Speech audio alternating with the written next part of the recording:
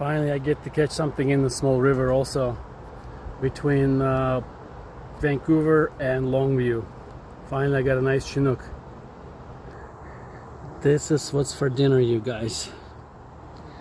This is a nice size Chinook. This is the size of my sneaker. I don't have a tape measure, so this is one, about 2.5, 3 feet. Imagine it's going to be weighing close to 20 pounds. So this is dinner.